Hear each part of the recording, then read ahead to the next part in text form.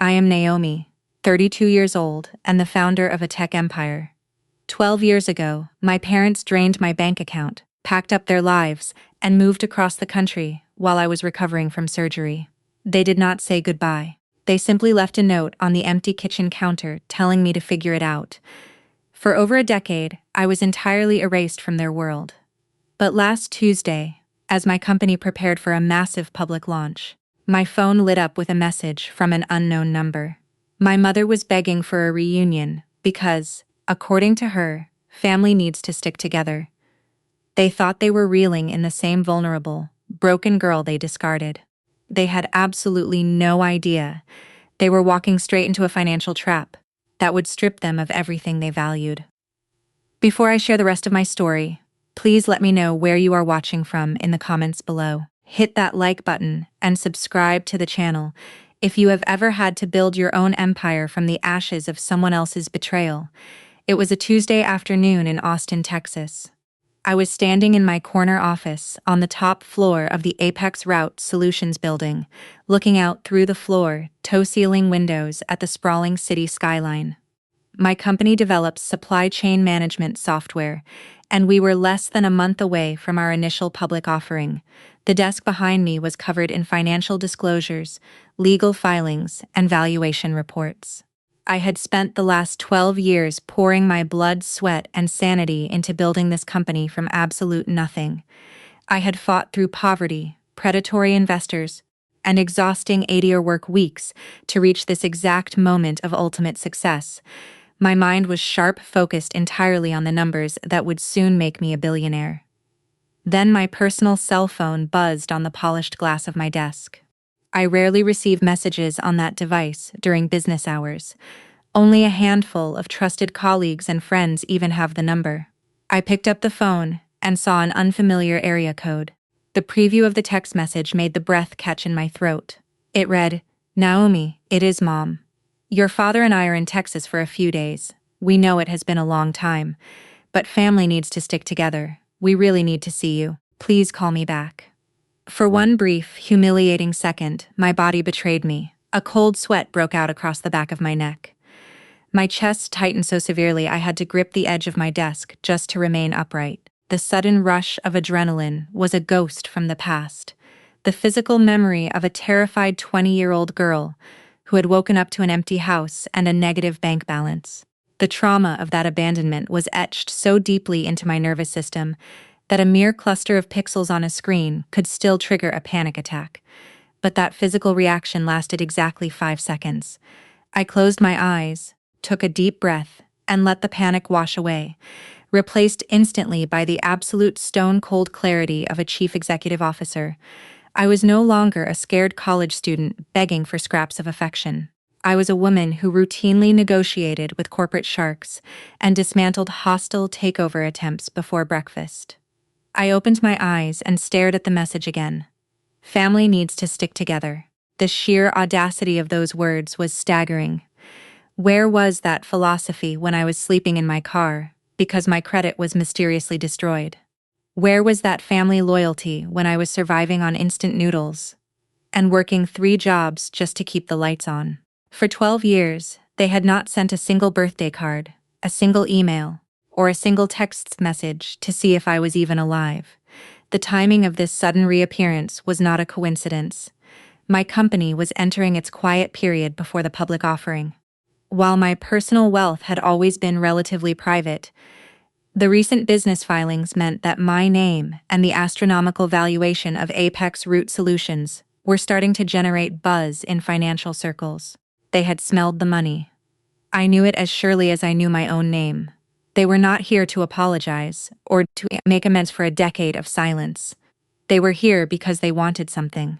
My first instinct was to delete the message, block the number, and call my building security to ensure Richard and Caroline could never get past the lobby. It would have been the easiest route. It would have been the safest route, but blocking them would not satisfy the burning curiosity in my gut, nor would it provide the closure I suddenly realized I needed. Ignoring them meant they would remain a lingering threat, a dark cloud hovering over my upcoming success.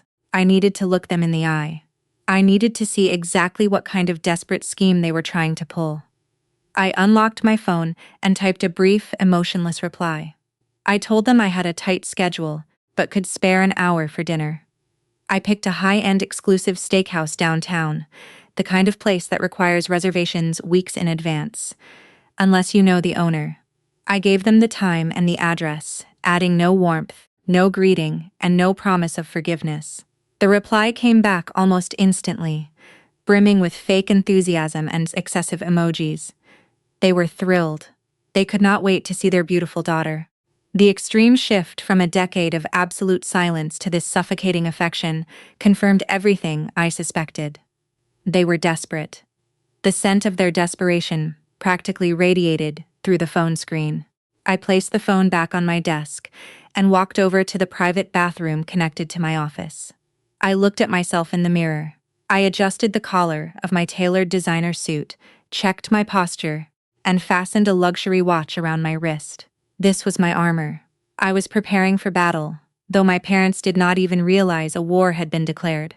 I gathered my briefcase, instructed my executive assistant to hold all my calls for the remainder of the evening, and took the private elevator down to the parking garage.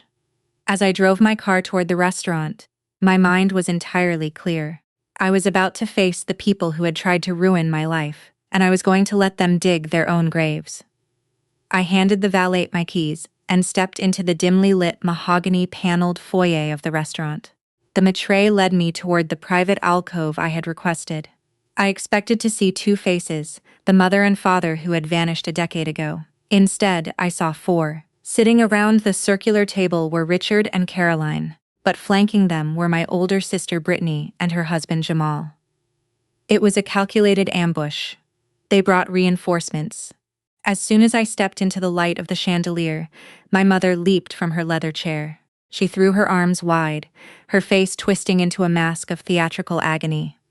"Naomi, my beautiful girl," she cried out, pulling me into a suffocating embrace that smelled heavily of cheap floral perfume and desperation. As her arms clamped around my shoulders, the luxurious restaurant around me dissolved. The smell of the steakhouse vanished, replaced by the sterile stench of rubbing alcohol and hospital soap. I was 20 years old again. I had just been discharged after an emergency appendectomy, still clutching my side in agony, walking into the house I shared with my family. But there was no furniture. There were no voices. There was only a single piece of lined notebook paper sitting on the bare kitchen island. I picked it up with shaking hands. The note read, "We had to go. You will figure it out." I had limped to the bank the next morning, my stitches burning, only to find our joint account completely drained. The teller looked at me with pity as I stared at the negative balance, realizing I had no rent money, no food, and no family. The cold realization that they had left me to literally starve or die of an infection had shattered my soul into a million jagged pieces. I blinked, pulling myself out of the memory. The chandelier light swam back into focus. I gently but firmly detached my mother's arms from my neck and took a step back, putting a solid foot of distance between us. "Hello, Caroline," I said, my voice completely devoid of emotion. Her fake smile faltered at the use of her first name, but she quickly recovered, wiping away a dry, invisible tear. "We missed you so much," Richard chimed in, not bothering to stand up. He patted the empty chair beside him. "Sit down. Let us catch up." I took the seat furthest away from them, placing my briefcase on the floor. Brittany scoffed loudly. She was draped in overly branded designer clothes, sporting a purse covered in massive gold logos that screamed financial insecurity. Jamal sat next to her, wearing a flashy suit that looked expensive but fit poorly, a thick gold watch practically sliding off his wrist. They looked like walking billboards for people trying desperately to prove they had money. "Nice of you to finally show up for the family," Brittany sneered, twirling a lock of her hair and giving me a slow, judgmental once-over. "We flew all the way here, and you act like you are doing us a favor. I see you are still wearing boring suits. Some things never change." Before I could respond to my sister's blatant hostility, the waiter arrived with the menus. Jamal snatched one from the waiter's hand without looking at him. "All right, listen up. Jamal announced loudly, leaning back in his chair and spreading his arms wide, taking up as much space as possible. We are going to start with 3 orders of the seafood tower. Bring us the Wagyu tomahawk steaks for the main course, medium rare, and let us get 2 bottles of your best vintage champagne, the expensive stuff. He tossed the menu back onto the table and pointed a finger at me. Naomi, you just get whatever side salad you want. I know you tech support girls watch your figures, and we are not waiting for you to decide. He laughed at his own joke, and Brittany joined in with a high-pitched giggle. My parents smiled, proudly at him, as if he had just done something incredibly charming. Jamal was attempting to establish dominance, treating me like a subordinate employee he had dragged along to a business lunch. The waiter looked at me hesitantly, sensing the awkward dynamic, but I simply gave him a slight nod to proceed with the order. You can handle a salad, right? Jamal asked, leaning across the table with a condescending smirk. I know Austin is expensive, so do not worry if you cannot afford the good meat. We will let you take a picture of our steaks for your social media. He winked at Richard, who chuckled approvingly. They still believe their own outdated narrative.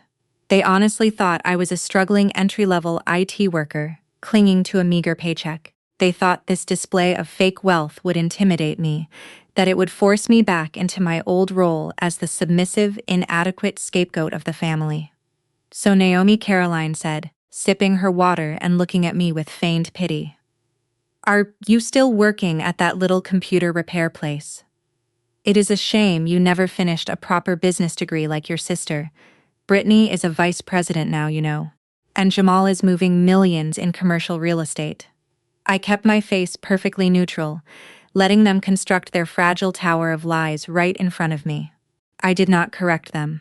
I did not mention that my company was the primary vendor for the restaurant we were sitting in, or that my business was about to go public with a valuation that would make Jamal's entire real estate firm look like pocket change. I just watched them gloat, absorbing every insult and every arrogant smirk. The real conflict was not about what they thought of my career. That was secondary. The fight was about. The real conflict was hiding right beneath their desperate, overly loud display of wealth, and I was going to sit back and let them expose it themselves. The feast arrived in a parade of silver trays and clinking crystal. Waiters descended upon our table, arranging towering tiers of iced lobster oysters and king crab legs, followed closely by massive sizzling cuts of Wagyu beef. Jamal tore into the seafood with a ravenous lack of grace, cracking shells and gesturing wildly with a crab leg in his hand as he spoke. Brittany carefully positioned her plate, taking out her phone to capture the perfect angle of the extravagant meal, ensuring her heavily branded handbag was clearly visible in the frame of the photo. She posted it immediately, desperate for the validation of her imaginary audience. Between bites of steak, my family launched their masterclass in gaslighting. It was a synchronized routine they had perfected over decades, designed to tear down my self-esteem, piece by piece. Richard started the interrogation, cutting his meat aggressively. So Naomi's, are you still doing that mid-level tech support gig? It must be exhausting, resetting passwords all day. Do you at least get health benefits? Or are you still working as a contractor? I sliced a small piece of my salad, keeping my movements deliberate and calm. I manage software systems, I replied simply, offering them absolutely nothing they could use. Caroline sighed, shaking her head with an exaggerated display of maternal disappointment. It is just such a shame you never developed any real ambition. Look at Jamal. He is a self-starter. He owns his own real estate brokerage. He is out there making waves while you are hiding behind a computer screen. She took a sip of her champagne and looked at me over the rim of the glass. And your personal life, Naomi, it breaks my heart. 32 years old and still completely alone. No husband, no children, no prospects. You are getting older. The dating pool for women your age is shrinking every single day. Brittany reached across the table and placed a hand over her heart, her face contorting into a mask of fake sympathy. It must be so incredibly lonely for you living in a tiny apartment, coming home to an empty room every night. I honestly do not know how you survive the isolation. Jamal and I have such a vibrant, blessed life. We are surrounded by high society friends. We host galas, we have real connections. It is a completely different world. I let her talk. I let them all talk. From the outside, anyone watching would think I was a pathetic, beaten-down woman taking a verbal lashing from her superior wealthy relatives. But beneath the surface, my mind was dissecting every single word, every micro-expression, every telltale sign of their absolute fraudulence. I noticed the frayed stitching on the cuffs of Jamal's suit jacket. I noticed that Brittany's designer handbag was from a collection released 4 years ago, and the gold plating on the clasp was visibly chipping. I watched the way Richard's hands trembled slightly when he reached for his drink, the hallmark sign of extreme chronic financial stress. They were bleeding cash, and this entire dinner was a desperate stage play. The performance reached its crescendo when the waiters cleared our plates and the matriarch approached the table. He carried a heavy black leather folder containing the bill.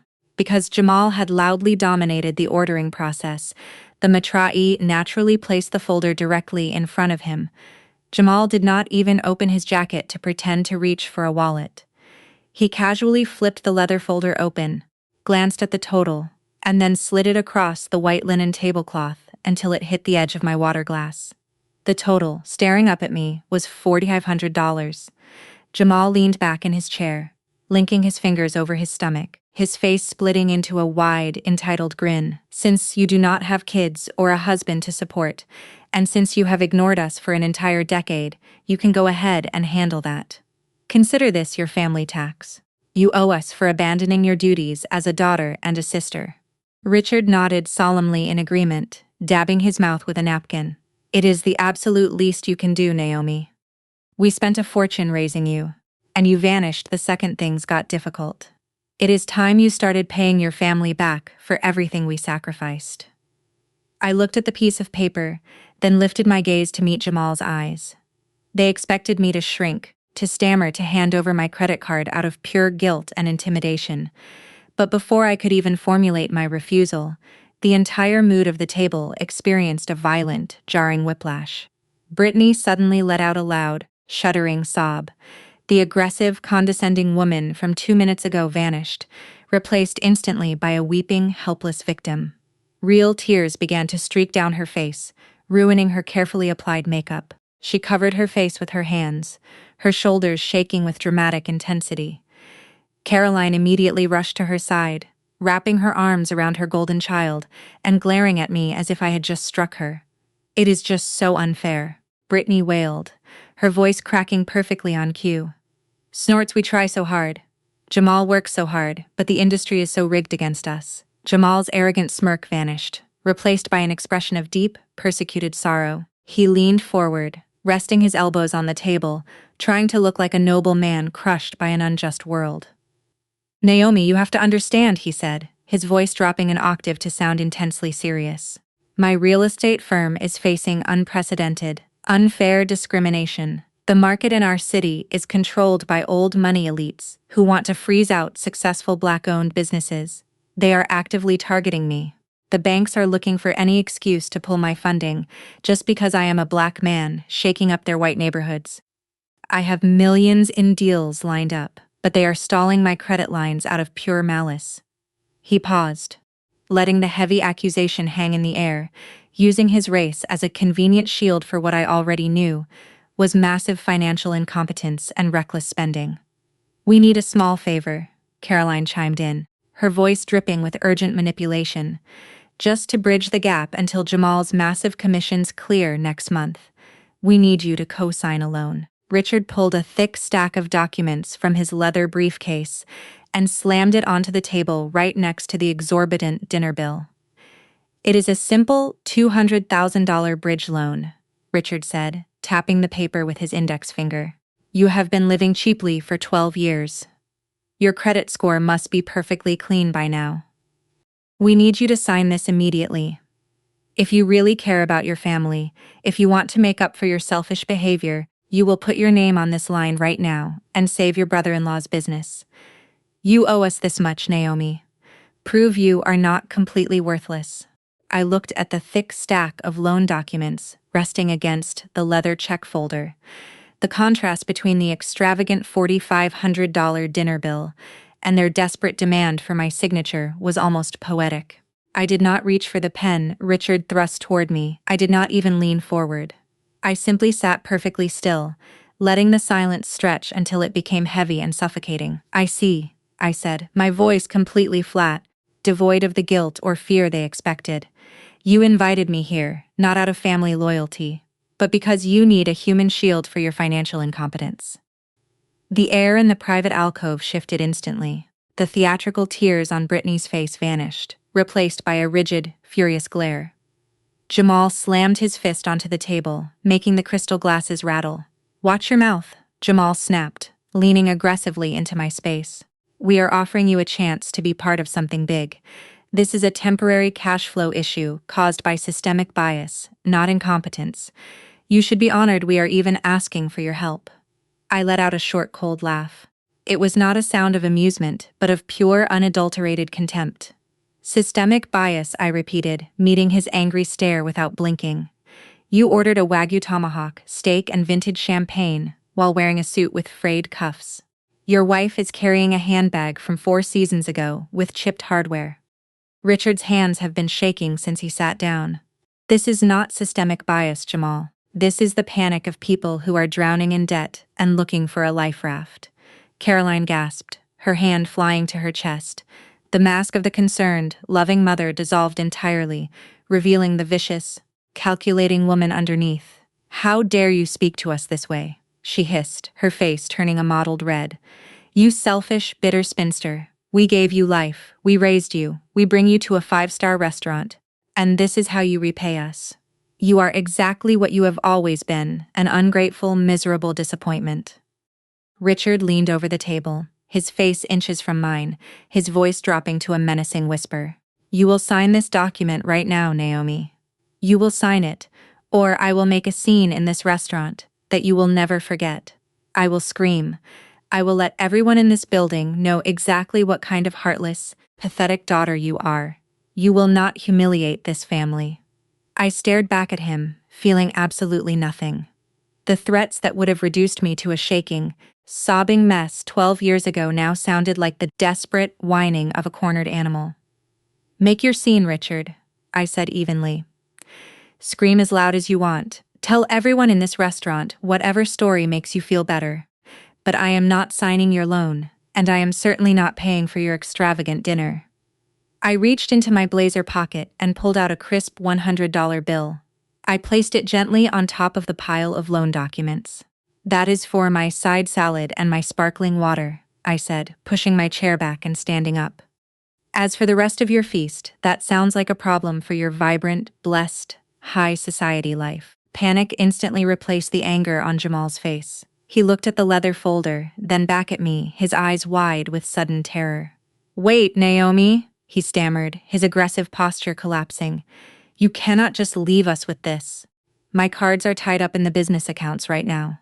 I cannot put this on my personal tab." Brittany jumped up, grabbing my arm, her nails dug into my jacket sleeve. "You have to pay this," she demanded, her voice shrill and desperate. "We are your family. You cannot embarrass us like this. The waiter is coming." I looked down at her hand, my expression so icy. She immediately let go and stepped back. "You are not my family," I said quietly. "You are parasites who ran out of hosts.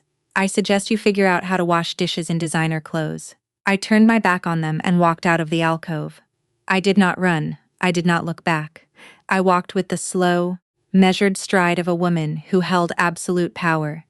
Behind me, I could hear the frantic, hushed arguing breaking out at the table.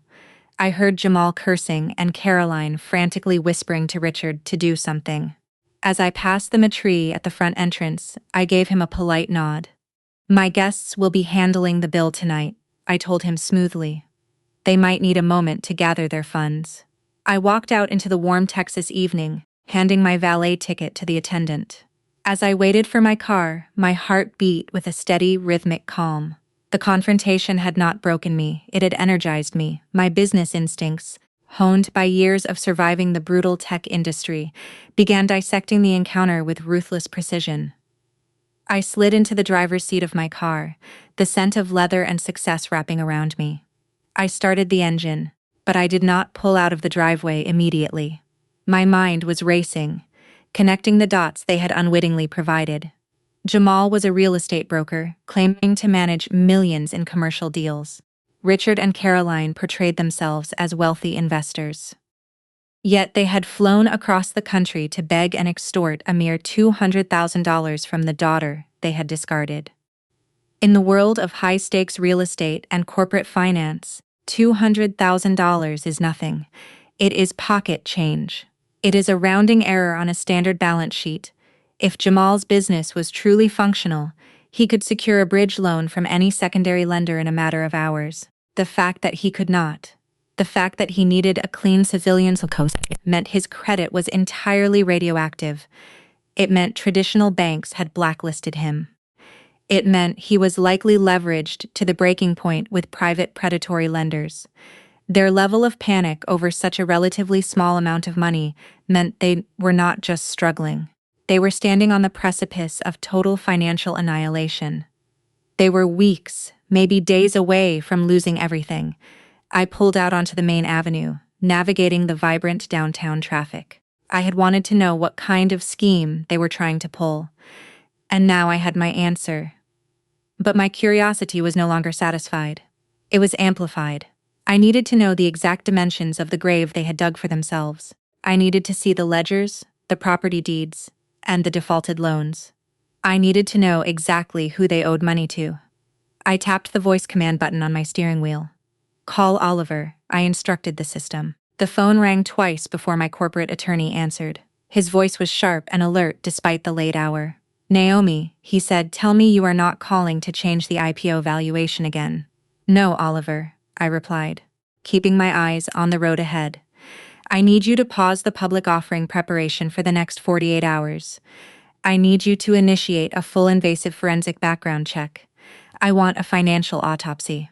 I want to know about every shell company, every mortgage, every tax lien, and every private debt attached to Jamal and my parents. I want to know exactly who holds their leashes." The line was quiet for a moment. Naomi poking into family finances usually leads to a messy situation.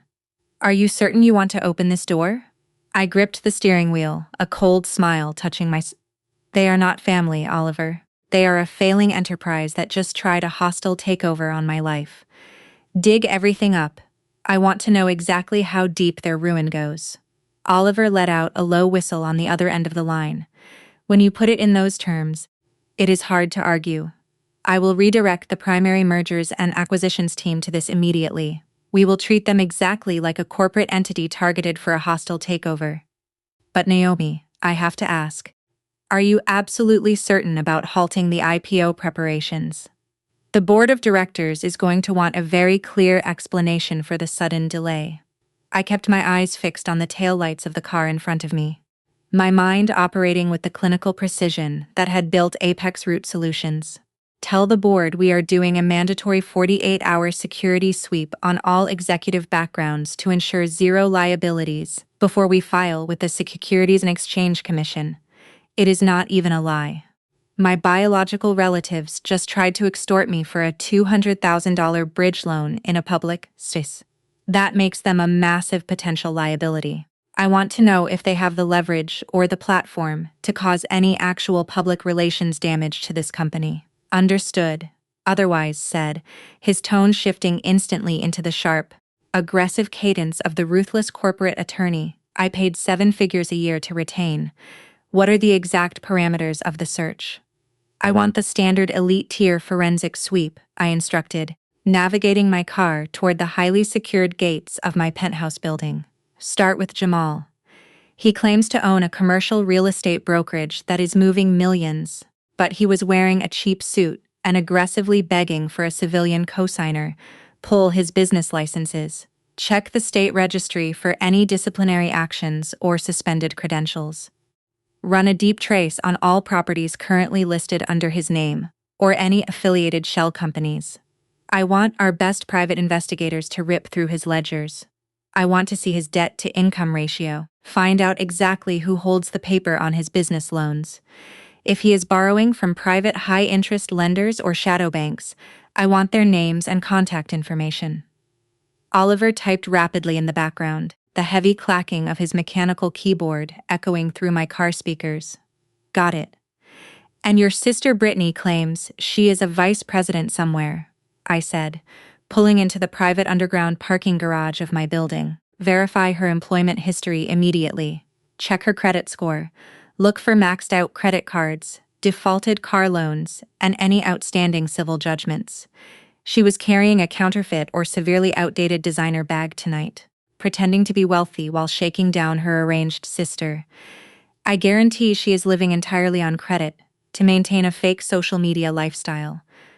I want to know exactly how much money she owes and to whom. I parked my car in my designated spot, killed the engine, but stayed inside the quiet cabin. The pristine silence of the luxury garage contrasted sharply with the chaotic, suffocating noise of the restaurant I had just left. And your parents? Oliver asked gently, his tone softening just a fraction. Richard and Caroline are the primary architects of this whole masquerade, I replied, my voice dropping to a harsh whisper. They portrayed themselves as wealthy, seasoned investors tonight. Sitting at a table with a $4,500 dinner bill, they expected me to pay. Look into their retirement accounts. Check for multiple mortgages on their primary residence. See if they have filed for Chapter 11 or Chapter 7 bankruptcy in the last decade.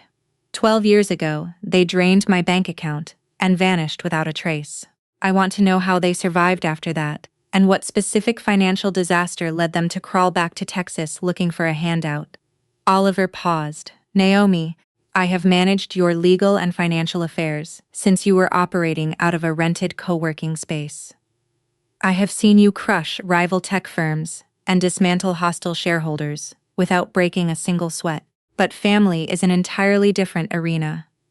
When we deploy the firm's private investigators to dig into blood relatives, things get incredibly messy. We are going to find skeletons. We might uncover things that will legally bind us to report them to federal authorities. Are you emotionally prepared to see the people who raised you reduced to criminal financial profiles? I stepped out of the car, the heels of my shoes clicking sharply against the polished concrete floor. I walked toward the private elevator that required biometric scanning to access my penthouse. I am not emotionally compromised by them, Oliver, I stated firmly, pressing my thumb against the biometric scanner. The heavy elevator doors slid open silently. The people who raised me died to me the day I woke up from a hospital bed, to find an empty house, and a note telling me to figure it out. Tonight was merely a business meeting with hostile predatory actors. They thought they were manipulating a naive mid-level tech employee. They thought they could bully me into signing away my pristine credit to save their sinking ship. I stepped into the elevator, watching the doors close and seal me in a soundproof box of steel and glass. They do not realize they just tried to extort the chief executive officer of a company about to be valued at hundreds of millions of dollars. I continued as the elevator shot upward. I have an army of the best forensic accountants and private investigators in the country at my disposal. Use them. I authorize unlimited billable hours for this weekend. I want a comprehensive, devastating dossier on my desk by Monday morning. I want every single financial transaction they have made in the last 5 years mapped out, categorized, and weaponized. Consider it done, Oliver said, all hesitation vanishing from his voice entirely. I will wake up the investigative team right now. We will follow the money. We always do. Enjoy your evening, Naomi. Let us do the dirty work. The call disconnected just as the elevator doors opened directly into my penthouse. The automated smart home system registered my arrival, slowly raising the lights to a soft, warm glow and opening the motorized blinds to reveal a breathtaking panoramic view of the Austin skyline. I walked across the imported hardwood floors, dropping my keys onto the marble kitchen island. I poured myself a glass of mineral water, intentionally bypassing the vintage wine collection. That alone cost more than the ridiculous loan they had demanded. I walked over to the floor to sea-ceiling windows and looked out over the glittering city. I thought about Jamal sweating over the bill at the steakhouse. I thought about Brittany's fake theatrical tears. I thought about Richard and Caroline's desperate, arrogant demands masked as family loyalty. They had spent their entire lives treating me like I was small, insignificant, and disposable. They had relied on my submissive nature, assuming that the passage of time would make me desperate for their validation. They had entirely miscalculated the woman I had become. I walked over to my home office and woke up my multi-monitor workstation. I pulled up my own encrypted financial dashboards. The screens illuminated with secure access protocols, revealing diversified stock portfolios, offshore holding companies I had established for tax efficiency, and the massive equity I held in Apex Root Solutions. I possessed more liquid capital in my checking account than Jamal would likely see in his entire lifetime. I had clawed my way out of the dirt to build this empire. I had survived starvation, exhaustion, and total isolation. I had forged myself into an absolute weapon, and my family had just willingly walked right into my line of fire. They wanted to use me to fix their financial ruin. They had absolutely no idea that I was about to buy their ruin and become the master of their fate. The investigation was officially underway, and I knew with absolute certainty that Oliver was going to find something devastating. Monday morning arrived with a sterile, quiet hum of my executive suite.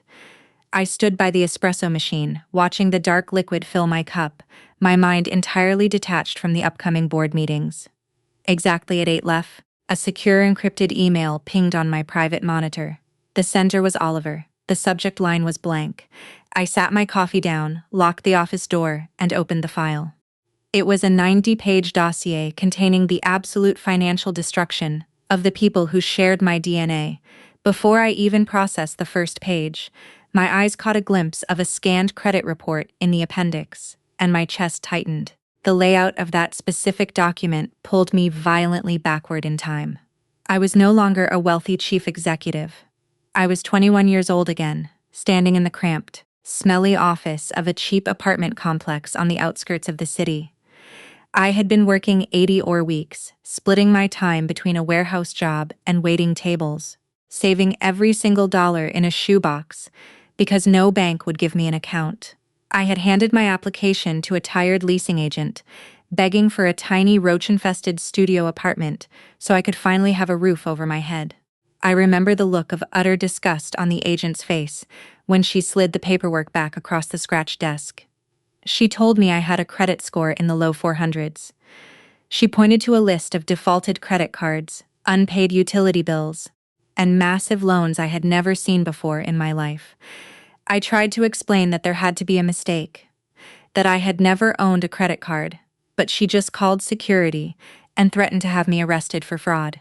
That inexplicable financial ruin condemned me to the streets. For the next 2 years, I slept in the back of a freezing, beat-up Honda Civic. I parked under the flickering streetlights of a 24-hour diner, using their free internet to code the very first algorithms for Apex Root Solutions on a laptop with a shattered screen. I bathed in public park restrooms using cold water and cheap soap, crying silently because the world had branded me a financial criminal, and I had no idea why. The sheer exhaustion of coding until my fingers bled, fueled by nothing but leftover diner food and pure survival instinct, forged me into steel. I blinked away the ghost of that starving girl and focused on the glowing screen in front of me. I opened the first section of Oliver's forensic autopsy. It belonged to Jamal. My brother-in-law had spent the weekend posting photos on his social media accounts, showing off rented sports cars, and checking into VIP lounges, portraying himself as a commercial real estate mogul fighting against systemic oppression. The reality sitting on my desk was a masterclass in pathetic, desperate fraud. Oliver's investigators had ripped through the facade with brutal efficiency. Jamal did not own a successful brokerage. His business was entirely funded by high-interest predatory loans from shadow lenders. He was paying astronomical interest rates, bleeding cash daily, just to keep the lights on in his fake executive office. Worse, his real estate license was not just under review, it was currently suspended by the state regulatory board. He was under active investigation for commingling client escrow funds to pay his personal debts, a massive ethical and legal violation that would likely result in permanent disbarment. The luxurious mansion he and Brittany endlessly flaunted online was heavily leveraged. They had taken out a third mortgage 6 months ago, and Oliver had located the default notices. The bank had already initiated the pre-foreclosure process. If Jamal did not produce $200,000 immediately, the bank would seize the property, auction it off, and leave them homeless. That was the exact amount they had demanded from me at the steakhouse. They had tried to manipulate me into co-signing a completely toxic loan to save their sinking ship. I scrolled down to Brittany's file. The brilliant vice president my mother had bragged about was actually a mid-level administrative assistant at a failing logistics firm. Her credit report was a disaster zone of maxed-out retail cards, unpaid cosmetic surgery bills, and defaulted auto loans. She was drowning in debt just to maintain the illusion of wealth, buying counterfeit designer bags, and desperately clinging to a social status that did not actually exist. They were parasites feeding on borrowed money, and the host had finally died. A dark, satisfying smile touched my lips. I had them. They had walked into my city acting like royalty, treating me like a peasant, while carrying a financial death sentence in their pockets. But as I scrolled to the final section of the dossier, the section dedicated to Richard and Caroline, my private, secure phone line rang. It was Oliver, I answered, putting him on speaker. Naomi, Oliver said, his voice stripped of its usual corporate detachment. It sounded heavy, almost hesitant. Have you reached the third section of the report yet? I am just opening it now, I replied, my eyes scanning the dense legal text detailing my parents' banking history. I see a trail of bankruptcies from 10 years ago. It looks like they lost everything shortly after they abandoned me. Stop reading and listen to me, Oliver interrupted sharply. You need to hear this directly from me before you look at the evidence. When I put the investigative team on your parents, I told them to trace every single dollar back to the day they vanished. I wanted to know exactly how they funded their escape across state lines. My hand hovered over the mouse. I felt a strange cold dread pooling in my stomach. What did you find, Oliver? He exhaled a long, heavy breath. Naomi, your credit score was not destroyed by a clerical error 12 years ago. We found the original loan origination documents. We tracked the signatures and the routing numbers. The silence in my office suddenly felt deafening. The ghost of that freezing car and the shattered laptop hovered right behind my chair. Tell me, I commanded, my voice dropping to a dangerous absolute zero. Oliver did not sugarcoat it. Richard and Caroline did not just abandon you to protect their own finances. They used your social security number. They forged your signature on massive personal loans, credit lines, and utility bills. They took out a staggering amount of debt in your name when you were just 18 years old, entirely destroying your financial identity before you even had a chance to start your life. The words hung in the air, toxic and paralyzing. They had not just left me to figure it out. They had actively, maliciously buried me alive. They had stolen my identity to fund their own survival and discarded me to take the fall. The anger that ignited in my chest was not the hot, chaotic rage of a victim. It was the cold, blinding fury of a predator who had just found her prey. Oliver waited for my response, the line crackling with tension. I stared at the screen, my entire reality shifting into sharp, violent focus. The time for setting boundaries was officially over. I was going to utterly destroy them. Send me the exact routing data, I told Oliver. My voice surprisingly steady for someone whose entire past had just been violently rewritten. I want to know where every single cent of that money went. I heard the rustle of papers over the secure line, followed by the clicking of Oliver accessing the encrypted financial logs. The total amount of fraudulent debt they originated under your social security number was exactly $150,000. Oliver stated, his tone clinical, but carrying a heavy undercurrent of disgust. They executed this with terrifying precision, Naomi. Because you had just turned 18, your credit profile was a complete blank slate. They had access to your original birth certificate and your social security card. They fabricated employment records using a shell company Richard had registered years prior, artificially inflating your income to bypass the automated underwriting systems of 3 different major banks. I stood frozen behind my desk, my eyes fixed on the city skyline, though I was not truly seeing it. $150,000. That was the invisible mountain of debt that had crushed my 20s. That was the reason every lease application was denied. That was the reason my car was repossessed. That was the reason I spent freezing nights crying in the back of a vehicle, wondering why the financial system had blacklisted me. Where did they transfer the funds, Oliver? I demanded, my grip on the edge of the mahogany desk tightening until my knuckles turned stark white. Did they use it to survive after Richard's business failed? No, Oliver replied bluntly. The forensic trace is crystal clear. They did not use a single dollar of this money for survival. 2 days after the final loan was approved and the funds were deposited into a joint account they forced you to open as a teenager, they executed a series of massive wire transfers. $45,000 was wired directly to a luxury resort and wedding venue in Florida. Another $30,000 was dispersed among high-end florists, caterers, and a bridal boutique. I stopped breathing. The air in my executive office suddenly felt thin and suffocating. A wedding. I repeated the syllables, tasting like ash in my mouth. Yes, Oliver confirmed. We cross-referenced the dates and the vendors. Naomi, this money paid for Brittany and Jamal's wedding. Every single bottle of champagne they drank. Every exotic flower arrangement on their tables. The designer dress your sister wore while she walked down the aisle. It was all entirely funded by the fraudulent loans taken out in your name. My vision narrowed.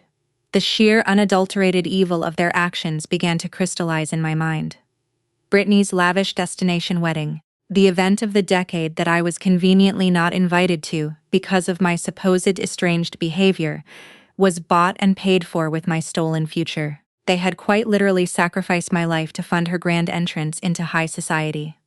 And the rest of the funds? I asked, my voice dropping to a dangerous, icy register. There is still $75,000 unaccounted for. That is where Jamal comes into the picture, Oliver continued, the disdain in his voice, clear as throat, growing sharper. 1 week after the wedding, vendors were paid a cashier's check for $75. Zin was issued from that same compromised account. It was made payable to a title and escrow company. We pulled the property records.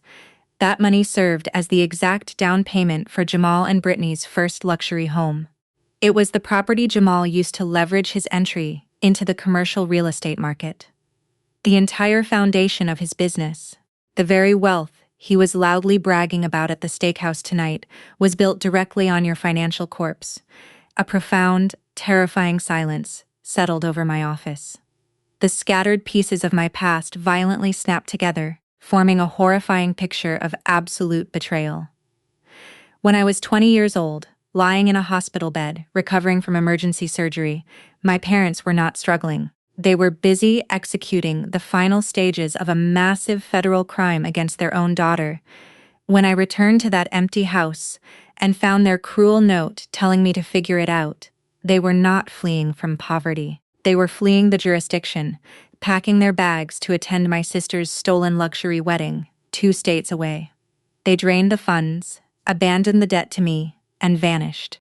Knowing the collection agencies and bank investigators would eventually hunt down a sick, penniless college dropout, they had used my identity as a human shield and discarded me to the wolves so they could play wealthy aristocrats. This changes everything, Oliver, I said, walking slowly away from the window and taking a seat in my executive chair. The desire to simply establish boundaries and walk away evaporated from my mind, replaced by a cold, calculating demand for absolute annihilation. I do not just want them out of my life. I want them to pay for this. You have every right to want blood, Naomi Oliver advised cautiously. What they committed is identity theft, bank fraud, and wire fraud. These are severe federal felonies, but we have a jurisdictional issue. This happened 12 years ago. The standard statute of limitations for wire fraud is typically 5 years. Criminal prosecution might be incredibly difficult to pursue at this stage.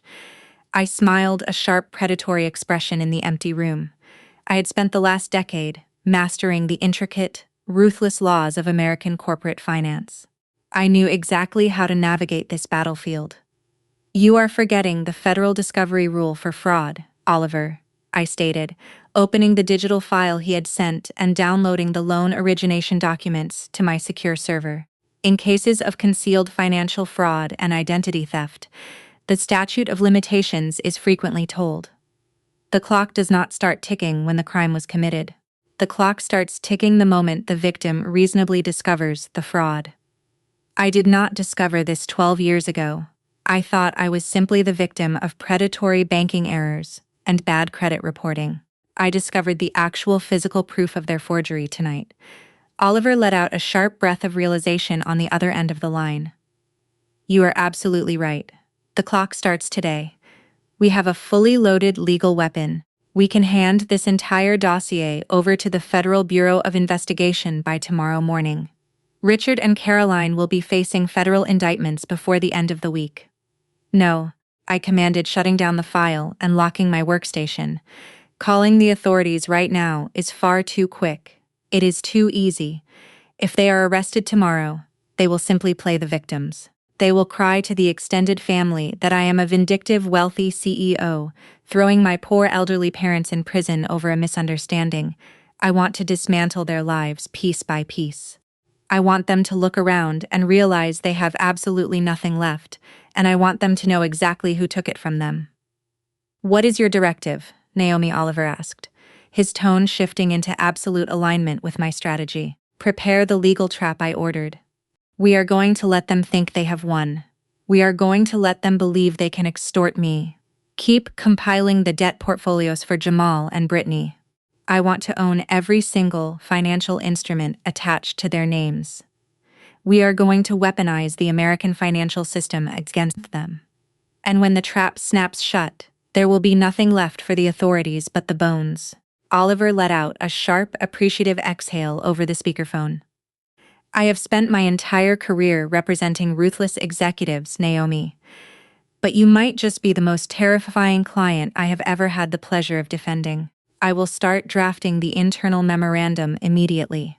We will timestamp this digital forensic discovery as of tonight at 11:45 by generating an official internal audit record and sending it through secure firm channels. We legally anchor your moment of discovery. The clock on the federal statute of limitations for wire fraud and identity theft begins right now. You have an active loaded legal gun, pointing directly at Richard and Caroline, and we can pull the trigger whenever you say the word. I paced the length of my office, the soft glow of the city illuminating the expensive hardwood floor beneath my feet. Snorts, pulling the trigger now is a waste of ammunition, I explained, keeping my tone perfectly measured. Think about how the justice system works for people who look like my parents. They are white, affluent-appearing elderly suburbanites. She's faking it. My mother-in-law's voice rang through the courtroom so loudly that even the court reporter looked up from her keyboard. She stood from the gallery and pointed straight at me as though I were a criminal, instead of the woman who had spent 26 years wearing the United States Army uniform. She does this every time she doesn't get her way. My husband Daniel didn't even try to hide his smile. That's exactly right, Your Honor. She's trying to delay the divorce. I opened my mouth to answer. Nothing came out. A crushing pressure spread across my chest, as if someone had wrapped steel cables around my ribs and pulled them tighter with every heartbeat. I reached for the counsel table, hoping nobody would notice my hand shaking. The room blurred. I could hear my attorney asking if I was all right, but her voice sounded miles away.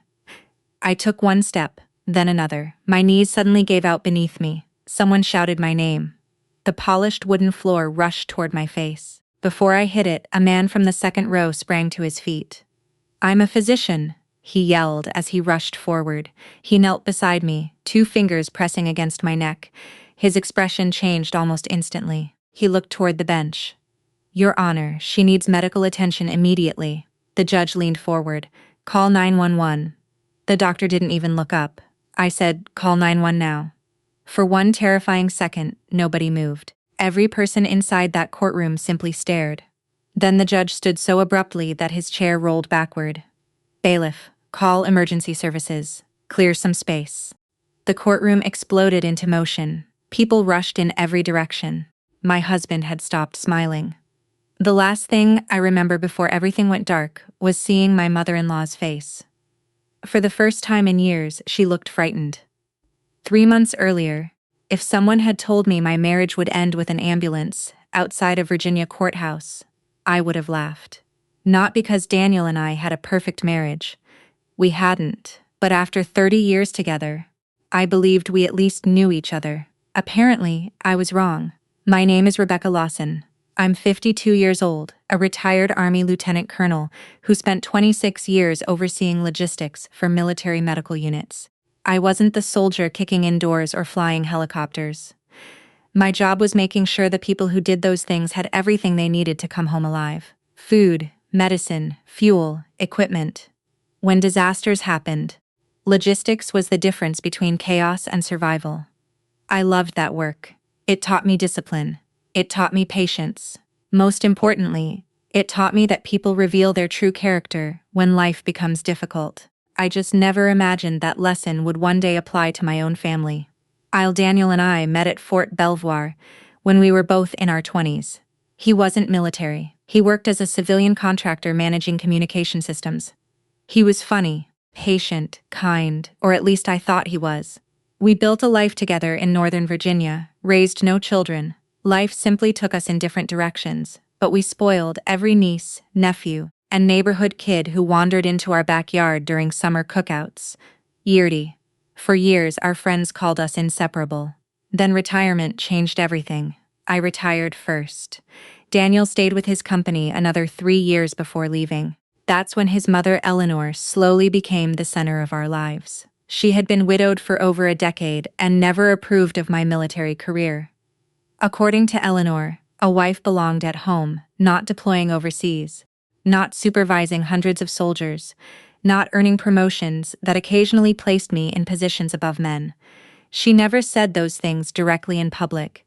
Instead, she'd smile politely and say things like, "I suppose someone has to do those jobs." Or, "It must have been hard for Daniel sacrificing so much for your career." Little comments, tiny cuts.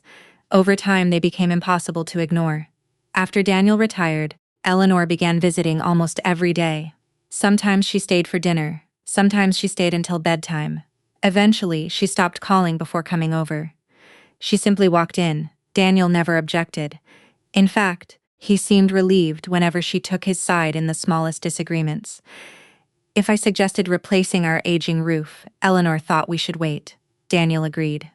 If I wanted to visit old Army friends, Eleanor reminded him married couples shouldn't spend weekends apart. Daniel canceled our plans. It wasn't dramatic. It was gradual, like watching a shoreline disappear one wave at a time. Then came the financial surprises. Daniel suddenly insisted we move money from our retirement accounts. He brought home documents and said they were routine. "Just sign here." I asked questions. He grew irritated. "Don't you trust me?" Of course, I trusted him. He was my husband. Still, something felt wrong. Years in the Army had taught me never to sign paperwork I hadn't read carefully. So, I refused until I understood everything. That was the beginning of the end. Eleanor called me controlling. Daniel accused me of treating him like one of my soldiers. Arguments became weekly, then daily. Around the same time, my health began changing. It started with exhaustion, not ordinary tiredness, the kind that made climbing one flight of stairs feel like hiking a mountain. Then came dizzy spells, shortness of breath, pressure across my chest that disappeared before I convinced myself it was serious. Daniel dismissed every symptom. "You're under stress." Eleanor laughed. "She's discovered that pretending to be sick gets attention." I stopped mentioning it. Maybe they were right. Maybe retirement had simply left me anxious. Maybe after decades of solving everyone else's problems, I didn't know what to do with my own life anymore. I told myself I'd schedule a physical after the holidays, then after New Year's, then after Valentine's Day. There was always another reason to wait. Looking back now, I realize something that frightens me. Sometimes the people closest to us become so confident they're right that we begin doubting what our own bodies are trying to tell us. And by the time I finally listened, it was almost too late. The morning after my collapse in court wasn't the beginning of my story. It was the consequence of hundreds of small decisions, some mine, many not. 3 months earlier, I still believed my marriage could be saved. I remember standing in our kitchen one rainy Saturday morning, coffee growing cold in my hands, while Daniel spread several folders across the dining room table. "These are just retirement adjustments," he said casually. "The financial advisor already explained everything." He slid a stack of papers toward me. "I just need your signature." I looked at the documents. There were references to investment accounts I didn't recognize, and transfers that involved nearly half of our retirement savings. "I don't remember opening these accounts. They're new." "Why?" He sighed loudly. "Rebecca, do we really have to do this every single time? I just want to understand what I'm signing." His jaw tightened. "You've never trusted me." That sentence hurt because it wasn't true. I'd trusted him with 29 years of my life. I trusted him when I deployed overseas for months at a time. I trusted him to manage our home while I was stationed across the country. I trusted him every time I boarded a military transport, not knowing exactly when I'd come home. But trust isn't blind obedience. The Army had taught me something invaluable. Never sign a document you don't understand.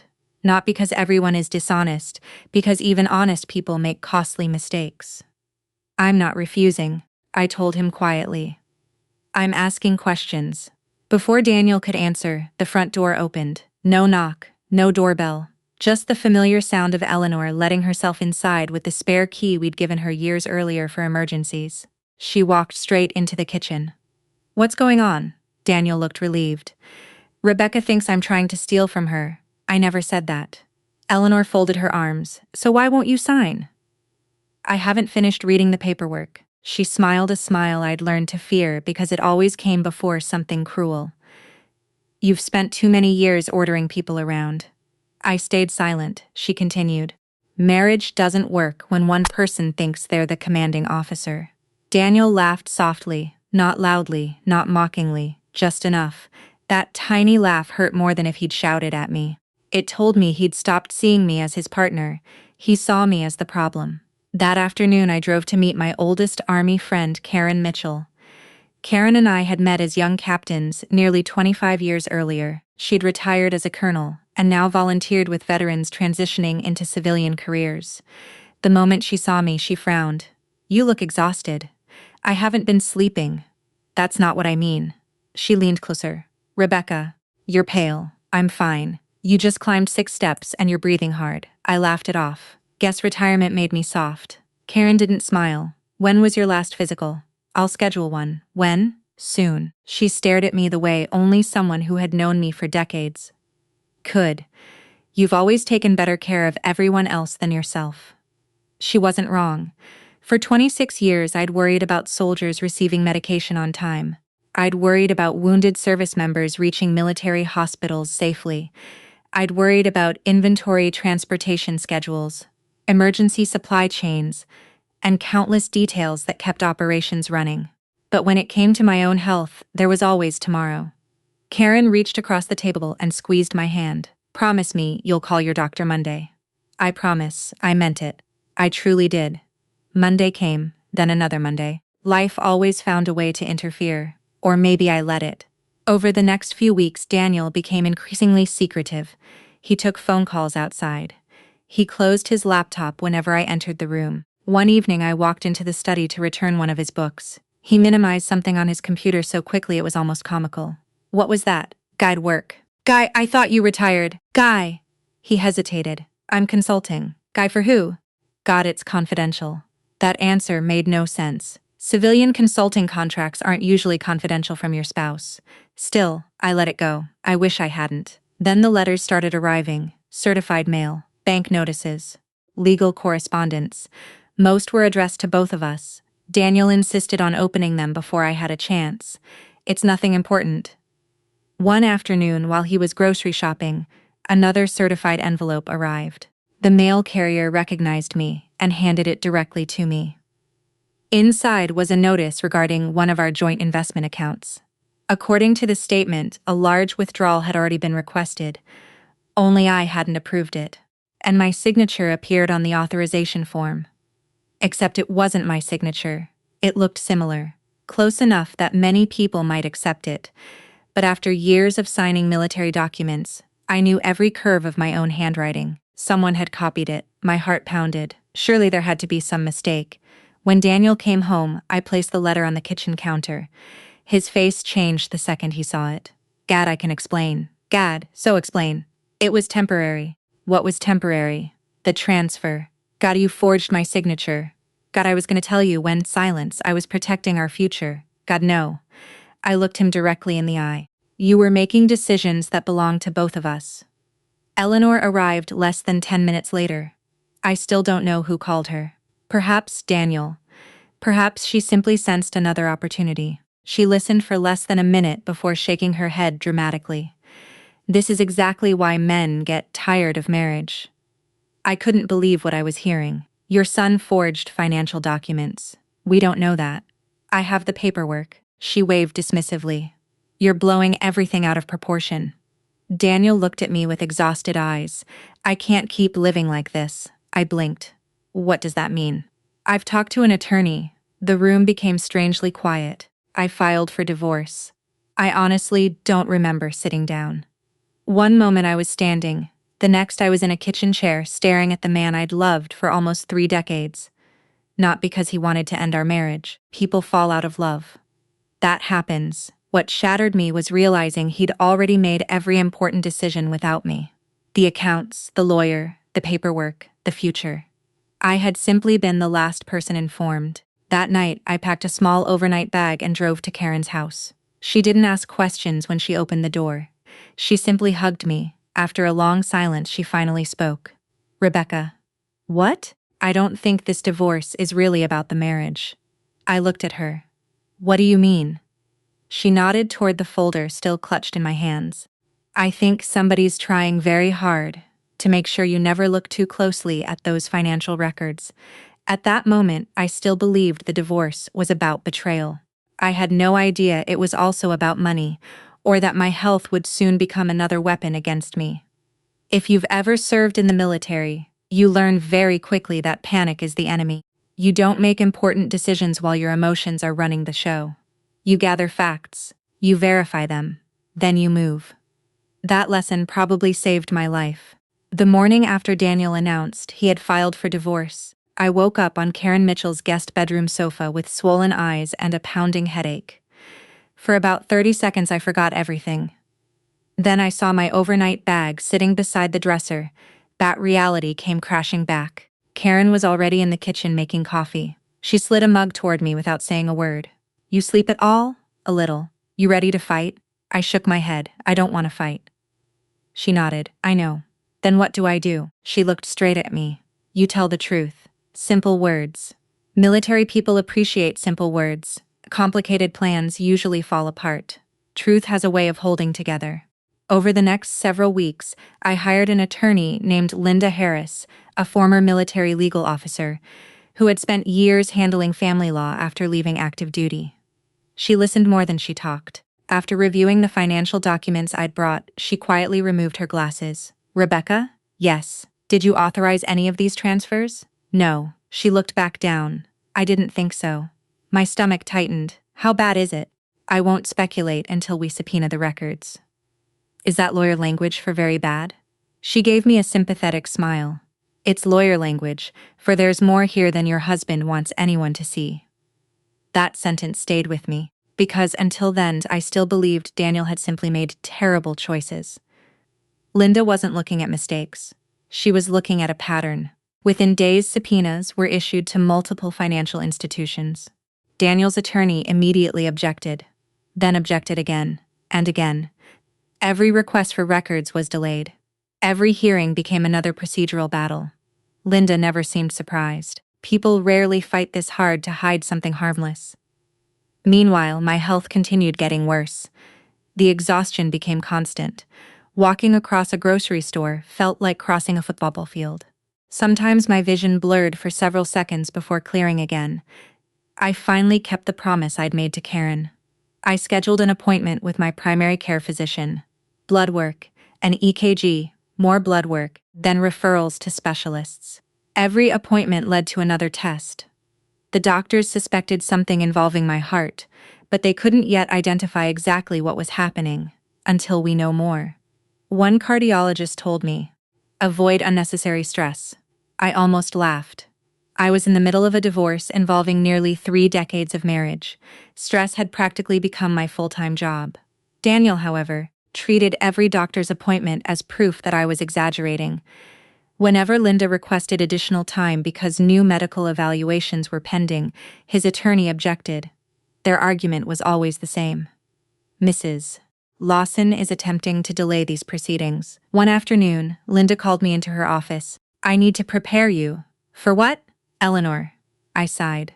My mother-in-law, she's agreed to testify. About what? Linda slid a deposition transcript across the desk. I began reading. According to Eleanor, I'd become emotionally unstable after retirement. I invented illnesses whenever I didn't get my way. I manipulated Daniel through guilt. I exaggerated physical symptoms for attention.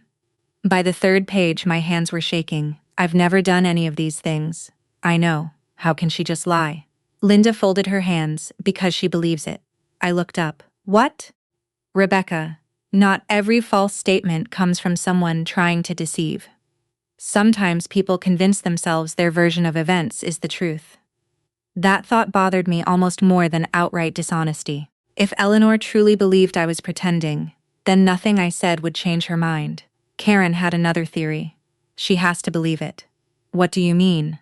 If she admits you're genuinely sick. Karen stirred her coffee slowly. Then she'd have to admit she ignored it. I hadn't considered that. It was easier to accuse someone of acting than to face the possibility you'd overlooked their suffering. A week later, another surprise arrived. Linda called with unexpected news. Do you remember Colonel James Walker? I smiled faintly. The trauma physician from Walter Reed? The same one. He treated soldiers from my brigade after Afghanistan. Apparently, he also evaluated you several years ago during your retirement physical. I remembered him immediately. Professional, calm, exceptionally thorough. What about him? He recently reviewed some of your current medical records. Why? One of your specialists consulted him. And Linda leaned back. He believes your symptoms deserve much more attention than they've been getting. I felt both relieved and frightened. Is he willing to testify? He already agreed. That caught me off guard. Without even knowing me well? Linda smiled. He told me something interesting. What? He said, military physicians don't stop caring about their patients simply because they retire. That sentence stayed with me, not because it sounded dramatic, because it sounded true. As the hearing date approached, Daniel grew increasingly confident. Friends told me he'd been saying the divorce would be over in a single afternoon. According to him, the judge would immediately recognize that I was creating unnecessary delays. Apparently, Eleanor was telling relatives something similar. Once the judge hears Rebecca's little performance history, she reportedly said, "This will all be finished." I didn't respond. Neither did Linda. We kept gathering documents, medical records, financial statements, bank transfers, retirement account histories. Every piece of evidence was carefully organized into thick binders. The night before the hearing, I barely slept. Not because I was afraid of losing, because I still couldn't understand how the man I'd loved for 29 years had become someone I hardly recognized. Around midnight, Karen found me sitting on her back porch. You okay? I don't know. You've survived combat zones. This feels harder. She nodded slowly. In combat, at least you know where the enemy is. I stared into the darkness. This time, the people trying to destroy my credibility shared my last name. The next morning, I dressed carefully in a navy blue suit I'd worn to military retirement ceremonies. Not because I wanted to impress the court, because I needed to remind myself who I still was. When I entered the courthouse, Daniel refused to meet my eyes. Eleanor smiled confidently from across the hallway. Then I noticed someone else. Colonel James Walker, retired now, standing quietly beside my attorney. He nodded once, the kind of nod soldiers exchange before walking into something difficult. At that moment, none of us knew the hearing would never unfold the way anyone expected, because before the truth about the money could be exposed, my own heart would force everyone in that courtroom to confront a very different truth. The courtroom was already full when Judge Harold Whitmore entered. Everyone rose. Please be seated.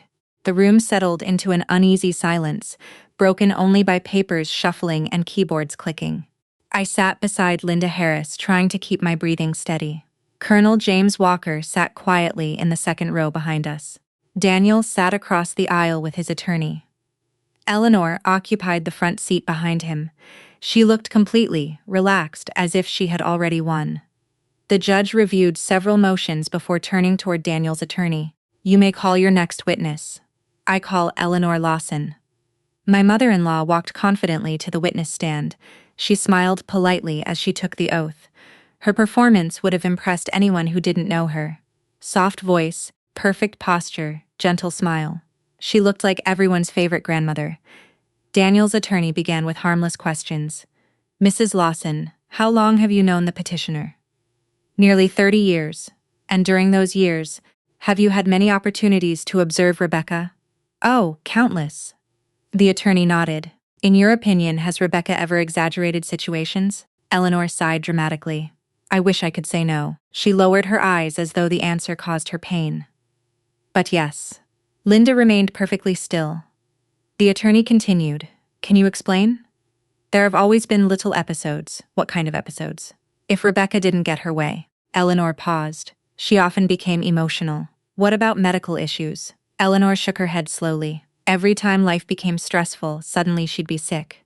The attorney leaned closer. "Has that happened during this divorce?" "Oh yes." He smiled.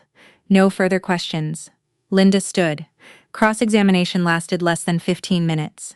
She calmly walked Eleanor through dates, financial documents, conversations, medical appointments. More than once, Eleanor contradicted herself. Not dramatically, just enough for attentive people to notice. Still, the larger picture remained damaging. The judge thanked Eleanor. She stepped down wearing the same confident smile she'd walked in with. Daniel was called next. He looked directly at the judge. "I loved my wife." Past tense, not loved. I noticed the difference immediately. He spoke calmly. "I tried to save the marriage. What happened? Everything became difficult after she retired." "In what way?" "She became suspicious." He looked toward me. "She questioned everything." The attorney nodded sympathetically. "How did that affect your relationship?" "I felt like I was always defending myself." "What about Rebecca's health complaints?" Daniel hesitated for just the right amount of time, enough to appear reluctant. "They usually happen during disagreements."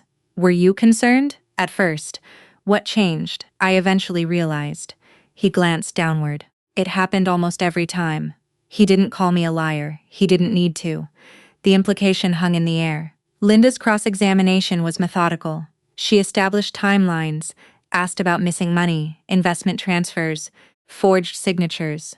The Daniel denied intentional wrongdoing repeatedly. Whenever financial questions became uncomfortable, his attorney objected. Some objections were sustained. Others weren't. But one thing became obvious. Daniel had no convincing explanation for several transactions. The judge scribbled notes. I couldn't read his expression. Then Linda called me.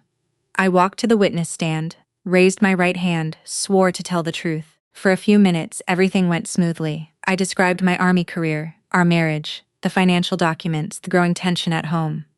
Then Daniel's attorney stood. He smiled politely. "Mrs. Lawson, yes. You've recently claimed several medical problems. I've been evaluated by multiple physicians, but no final diagnosis yet." "Not yet." So today, he paused. "You're asking this court to believe you're seriously ill, even though doctors haven't reached a conclusion." Linda objected. Sustained. He nodded respectfully. "Let me rephrase." He stepped closer. "Mrs. Into Lawson, isn't it true you've postponed hearings because of these symptoms?" My attorney requested reasonable continuances while doctors completed testing. "And isn't it also true these symptoms often appear during stressful situations?" I answered honestly. "Stress makes them worse." He smiled slightly. No further questions. He knew exactly what impression had been left behind. The judge looked toward me. "Mrs. Lawson," before he could finish, Eleanor suddenly stood. She pointed directly at me. "She's faking it." Gasps echoed through the courtroom. Daniel didn't even look surprised. He simply shook his head. "She pulls this every time." The judge frowned. "Mrs. Lawson, sit down." Eleanor slowly lowered herself into her chair. The judge looked back at me. His expression wasn't hostile, but he looked unconvinced. I opened my mouth. Your Honor. The words never came. A sharp pressure exploded across my chest, much worse than before. The room tilted. I grabbed the witness stand. The wood felt strangely cold beneath my hands. I tried taking another breath. Nothing. Only pain. The bailiff took one step forward. You okay, ma'am? My knees buckled. The courtroom spun wildly. Someone shouted. Another voice yelled my name. Then everything disappeared beneath me. Before I reached the floor, Colonel James Walker was already moving. Years of emergency medicine had made him faster than anyone else in the room. He caught my shoulder before my head struck the hardwood floor. I'm a physician. His fingers found my pulse. 1 second. 2. His face changed completely. He looked up at the bench. Your Honor. His voice was calm. Too calm. She needs immediate medical attention. The judge stood. Do we have EMS downstairs? Colonel Walker wasn't listening anymore. He loosened my jacket collar, checked my breathing again. His eyes met the bailiff's. Call 911. The bailiff froze, perhaps only for a heartbeat, but Colonel Walker's voice became louder. Call 911. Nobody moved. Not immediately. Every person inside that courtroom simply stared. Even Daniel, even Eleanor. It was as if nobody could believe what they were seeing. Then Judge Whitmore slammed his hand against the bench. Move. Everything erupted. The bailiff grabbed his radio. Court deputies cleared the area. Someone brought water. Someone else opened the courtroom doors. Daniel finally rushed toward me. Colonel Walker held up one hand. Stay back. Daniel stopped instantly. What's happening? Colonel Walker never looked away from me. I don't know yet, but this woman is not pretending. Silence swallowed the room. Eleanor's face had turned ghost white. For the first time since the divorce began, she had nothing to say. Outside sirens grew louder, closer still. As paramedics rushed into the courtroom carrying equipment, Colonel Walker quietly spoke words that would change the entire case before a single financial document was ever considered. I believe she's having a cardiac event. And suddenly, the divorce no longer mattered. I spent the next 4 days in the cardiac intensive care unit.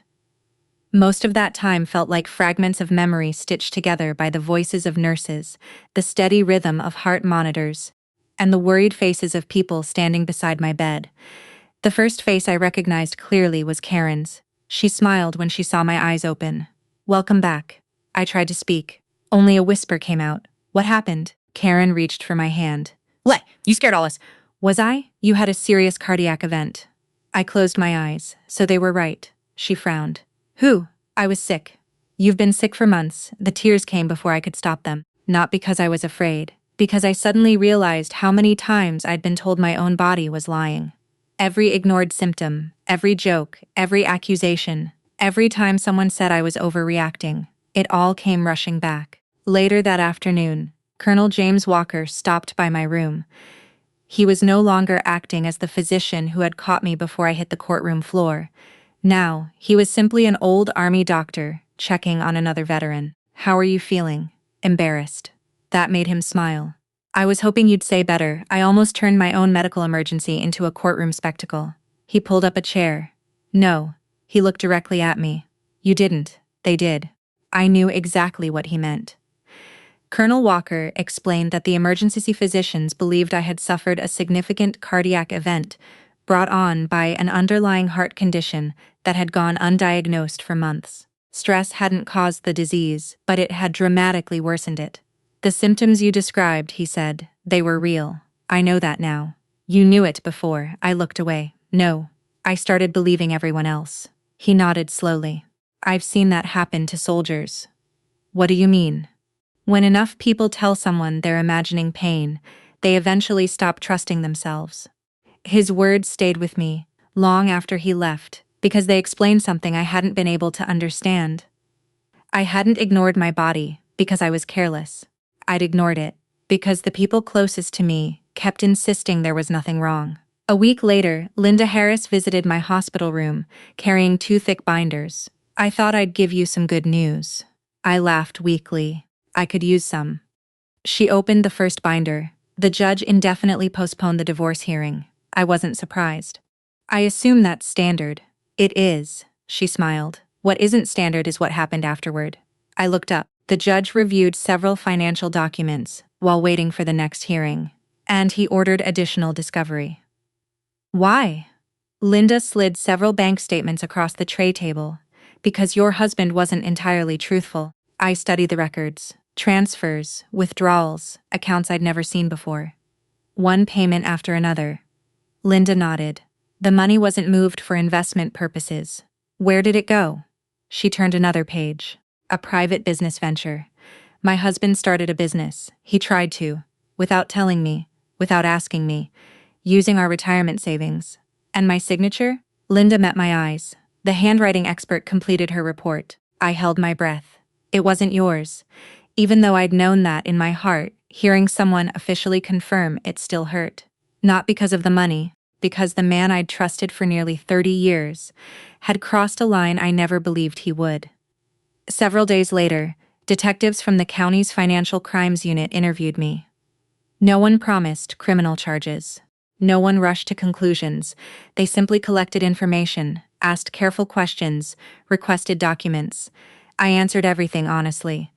Meanwhile, Daniel tried contacting me, first through text messages, then voicemail, then flowers. I didn't respond, not because I hated him, because I wasn't ready. Karen screened every visitor. One afternoon, she quietly entered my room. There's someone outside, Daniel? She shook her head. Eleanor. I stared at the ceiling. What does she want? She says she needs to apologize. I closed my eyes. I can't. You don't have to. Karen walked back into the hallway. A few moments later, she returned alone. What did she say? She cried. That surprised me, Eleanor. Karen nodded. She kept saying she didn't know. I thought about that for a long time. Maybe she truly hadn't known. Maybe she honestly believed I was pretending. But another thought kept returning. When someone tells you they're suffering, you don't have to understand everything to treat them with kindness. A month later, I was finally strong enough to return to court. Walking into that same courtroom felt surreal. The same wooden benches, the same judge, the same witness stand. But the atmosphere had changed completely. Judge Whitmore addressed everyone before testimony resumed. This court wishes to acknowledge the extraordinary actions taken by Colonel James Walker during the previous hearing. The courtroom turned toward him. He simply nodded. No speech, no recognition sought, just quiet professionalism. Then the judge looked toward Daniel. Mr. Lawson? Yes, Your Honor. I have reviewed the financial evidence submitted since our last hearing. Daniel swallowed. This court has serious concerns. Linda stood. Over the next several hours, bank managers testified, financial experts testified, a forensic document examiner testified. Piece by piece, the picture became impossible to deny. Unauthorized transfers, hidden accounts, forged signatures, misleading testimony. When it was finally Daniel's turn to speak again, he looked nothing like the confident man who had smiled at me weeks earlier. His shoulders slumped, his voice barely carried across the courtroom. I made mistakes. The judge's expression remained calm. Mistakes? Daniel lowered his head. Yes, sir, no. Judge Whitmore replied quietly. Mistakes are accidents. He paused. What you've described required planning. The courtroom fell silent. For the first time since this nightmare began, the truth no longer depended on whether anyone believed me. It was sitting in black ink inside hundreds of pages of financial records. 2 months after the final hearing, life became quiet again. Not the kind of quiet that feels lonely, the kind that arrives after a long storm has finally passed. I had sold the house Daniel and I once shared. There were too many memories in every room, and not all of them were painful. That was the hardest part. People often imagine divorce as a clean break. It isn't. You don't simply leave a marriage, you leave habits, routines, holiday traditions, favorite restaurants, the chair someone always sat in, the sound of another person's footsteps coming down the hallway. Even when the relationship ends for good reasons, grief doesn't disappear overnight. I rented a small townhouse about 20 minutes from Fort Belvoir. Nothing extravagant, just a peaceful place with a tiny garden in the backyard where I could drink coffee each morning and watch cardinals land on the fence. For the first time in years, I could hear myself think. My cardiologist insisted I slow down. No more trying to save the whole world, he joked during one appointment. I'll try. I've heard soldiers say that before. He adjusted my medication and smiled. I'm serious, Rebecca. Your heart is healing. Give it the chance. So, I did. I walked every morning. I attended cardiac rehabilitation. I finally accepted that asking for help wasn't weakness. It was wisdom. Karen remained by my side through all of it. One afternoon, while we were planting flowers outside my townhouse, she asked a question I'd been avoiding. Have you heard from Daniel? I nodded. A few emails. He apologized. I wasn't ready to answer. Karen pushed a small rose bush into the soil. Are you now? I thought about it for a long moment. I don't know. A week later, another email arrived. Unlike the earlier ones, it wasn't filled with excuses. It wasn't asking for another chance. It wasn't blaming stress or his mother or the divorce. It simply said, Rebecca, I don't expect forgiveness. I only wanted to tell you that I finally understand how badly I failed you. I should have listened when you said something was wrong. I should have protected our marriage instead of letting fear and pride control me. I am deeply sorry. I read it 3 times. Then I closed my knot because I was angry, because I needed to decide whether forgiveness was something I wanted to give or something I needed for myself. Colonel Walker once told me that soldiers sometimes carry invisible wounds long after the battle ends. I was beginning to understand what he meant. Bitterness is one of those wounds. It keeps reopening if you don't let it heal. Several weeks later, I agreed to meet Daniel. Not at our old house, not in a lawyer's office, at a quiet diner halfway between our homes. He looked older, not just physically. His shoulders carried a weight I'd never seen before. When he sat down, neither of us spoke for nearly a minute. Finally, he looked at me. I don't deserve your forgiveness. No, you don't. He nodded. I know. There was no argument, no attempt to defend himself. I believed my mother instead of believing my wife. His voice cracked. I kept telling myself you were overreacting because admitting the truth meant admitting I'd ignored you. I looked out the window for a moment. When I collapsed, I thought you were acting. His eyes filled with tears. For about 2 seconds. He covered his face, and those 2 seconds will haunt me for the rest of my life. I believed him. Not because it erased what happened, because regret has a sound, and after nearly 30 years together, I still recognized his. I forgive you. He looked up in disbelief. Really? I forgive you. I smiled sadly. But forgiveness isn't the same thing as going back, I know. Our marriage is over. I understand. I hope one day you forgive yourself too. He nodded slowly. I'll spend the rest of my life trying. When we stood to leave, he didn't ask for a hug. He didn't ask for another chance. He simply thanked me. That was enough. A few months later, Karen invited me to speak at a support group for military spouses and veterans going through divorce. I almost declined.